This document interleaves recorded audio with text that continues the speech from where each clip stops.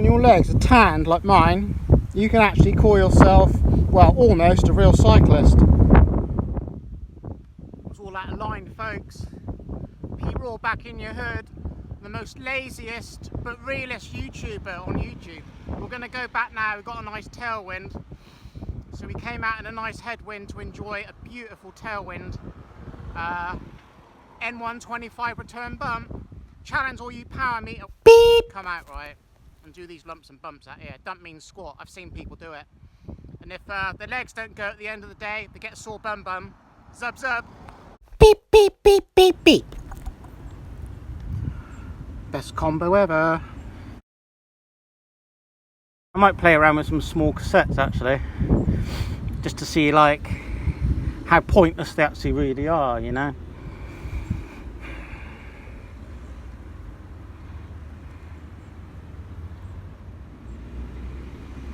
Small gearing, see, it's the sort of thing that like round the block riders have. Your Sunday whip round the block Strava warriors.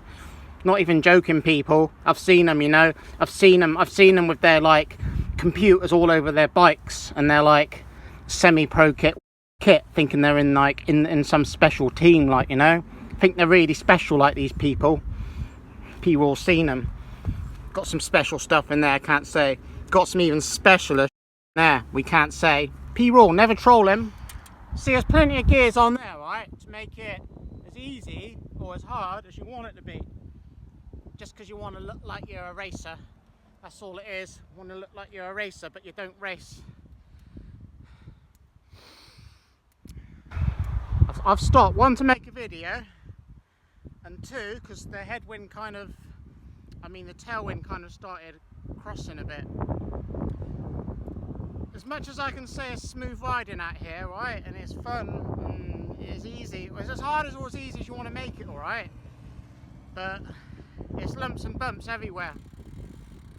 It's like, it's good in that respect, but you can easily blow yourself up over a short distance. Now, with endurance cycling, like endurance, you want to like you can be a fit rider, but blow yourself up in 100k to make another 100k like really hard on yourself. Again, done it myself, been there with other riders that have done it. To really like get in with the mix of like what cycling really is and how like hardcore it can be. If anyone's ever read, is it Matt Seaton? Matt Seaton, is it the Escape Artist? Go and read that book, right? And that kind of give you a bit of an idea in there what like going out early morning, like, you know, really early morning with people that actually train for a reason, right? And what like fucking hardcore like chain gang riding really is, like, you know, like having them skills. I got skills anyway on the bike because, one, like first and foremost, I'm a mountain biker. Used to BMX race, right? Regionals and some nationals, right? For quite a number of years. I know how to handle a bike. Yeah, I've crashed, I've come off multiple times, going down hills as well. One was in winter once. I don't know if it was like a frosty morning or it was cold anyway. It's probably like a dewy, frosty corner. Overcooked it. That was over the Quantock somewhere. I was lucky though, ended up in a pile of leaves. And then another time was just in the summertime. Like, if you've got to remember, you're riding on skinny tyres, so it could have been a bit of diesel. That was somewhere around Cheddar Gorge area. But to give you an idea, right, and I wasn't even pushing it. Here's a ride that, or part of a segment that I'd done on a ride 4 or 5 years ago. I think it used to be called Shipham Descent. Now it's called Cheddar Woods Descent. Alright, so unless you're a really experienced going downhill, please don't go out and try and beat my time, and I mean that seriously, because you might think you got skills. I mean, if you're in like around the top 10 or whatever it is on here, top 20 that I am, knowing how far or fast I was hooking it down there and pinning it down there, and I was nowhere like quite on my limit, right? Most of these people, I'd say, have got bike handling skills, because you got to know where to put that bike in the road, alright? Because that road's coming up fast and you've got to be looking for like, you got to be looking for shit in the road as well. So just be careful, all right? But back to the endurance, like, it doesn't mean squat like about really your fitness to a degree and your parameters and all that sort of stuff. You need to break it down. You need to break it down into segments, all right? So when I used to do over 400 kilometer rides, I'd break it down to pretty much 50 kilometer segments, and I would never have the 400 in my head, all right? Because I used to like leave at like, I left one morning at 4:30 in the summertime. And it's unbelievable. People can't get in their head or understand, right? Cover that lens, P-roll. How slow you need to go. One, to warm up. Longer the distance, take longer to warm up. Although you might think you warmed up after 20 kilometers, just warm up slower, right? And stop. Take a drink, you know. Take in a view. You don't need to keep pushing the pedals around. If you're on your own, you can stop. Or if you're in a group, you can stop, all right? But on your own, psychologically, I think for distance it's so much easier. You can piss when you want, you can eat when you want, you can rest when you want, you can do what you want when you want, all right? So chip away at it. The earlier you go, like, it's amazing how far you can cover on a bike, all right? Treat every hill as not a hill. If you're feeling tired, if you're feeling that tired, just stop and rest, right? And stretch and stuff, all right? But treat every hill as recovery, because trust me, you can recover going up a hill, all right? And a lot of things a lot of cyclists forget, including myself, but I'm getting loads better, all right, is to breathe on the bike, all right? If you're out for like a friendly fun ride with your friends, you know, yeah, bit out of breath here and there, and chatting and stuff, that's to be expected, all right? But when you're out kind of like training or whatever you're doing, all right, just learn to breathe. Just breathe.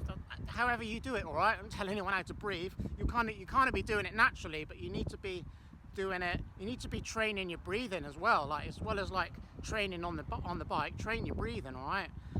So hopefully somebody somewhere got something from that today, all right?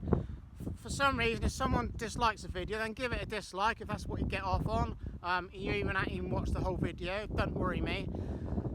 Thumbs it up, because thumbsing up videos, right, it does actually serve a purpose, because it helps the video appear basically on YouTube and other places. If you vote something up, then it's voting something up to be popular, all right, which is a good thing. Like, as much as I say, like, I'm a lazy YouTuber, you can only give out so much of your time and give out so much to people, but if more people did support and comment and ask questions, I've got a lot of knowledge and a lot of things I can give, all right?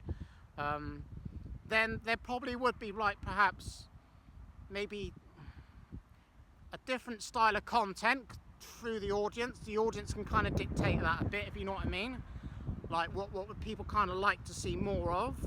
I know other people do ask that, but if you were a YouTuber and you were making content, like, I'd like to think I was different from other people. Everyone seems to go down loads of reviews and stuff. Like, I do the odd review now and again, you know, again, unsponsored, whatever, just products I've used, all the same old things, how to ride in a city, which, you know, someone done the other day and I seen, and I thought, like, no disrespect, you're not really experienced enough to sort of give out certain advice like that.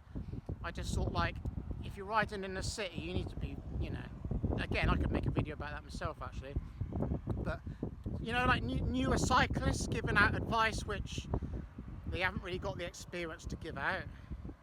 And that's not about having a go at anyone or whatever, it's about actually saying something, in it, because it is true. Like, you know, if you're learning something, or someone's showing you how to do something and they've got like years of experience behind them or whatever, you best fucking listen, you know, because that's what they're trying to help you out with, like, you know. I always go out and learn the hard way, pretty much. You know, I've learned a few things the hard way, and I've learned a lot of things from some good mates, you know, have helped me out. Anyway, P-Roll over and out. I'm going to go and have loads of chicken and meat in that tonight. Only joking. We're going to have pasta and sauce. That's probably about it. Carb the fuck up as always, because that's a mantra that, you know, you're going to have to live by if you're going to go out and push some pranks around. Get a big cassette. Fuck off a parameter. Don't become a Sunday warrior wanker. And be kind to people. don't take shit from people and keep riding your bike. People are over and out.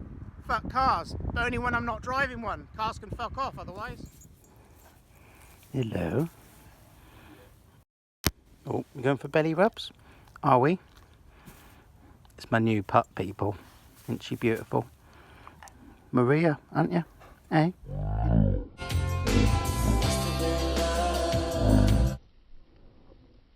You're beautiful. Aren't you beautiful? Hey?